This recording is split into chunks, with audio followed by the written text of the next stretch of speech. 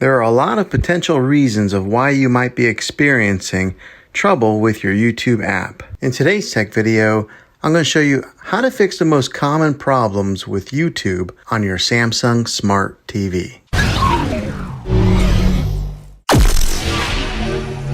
Let's see if we can fix your problems and get YouTube back up and running as quickly as possible. The first one is the easiest one to try, and that's to unplug your TV from the wall outlet and wait 60 seconds.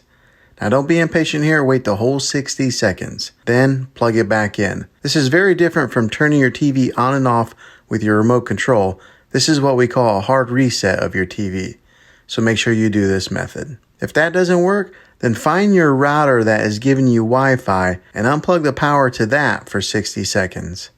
Then plug it back in. If that fixes it, great. If not, let's move on to the next method. Try deleting the YouTube app off of your TV. Go to wherever the apps are located on your system and remove the app altogether. Then reinstall the YouTube app again. After you reinstall it, you might have to log back in with all of your credentials, but hopefully this will work. If that doesn't work, I recommend buying an affordable Roku stick, Amazon Fire Stick, or Apple TV 4K and plug that into your TV and use that as your main streaming player. You'll be able to access YouTube that way. I'll put links in the description down below of where you can get one. Well, hopefully this video was helpful for you. If it was, go ahead and throw a thumbs up on it.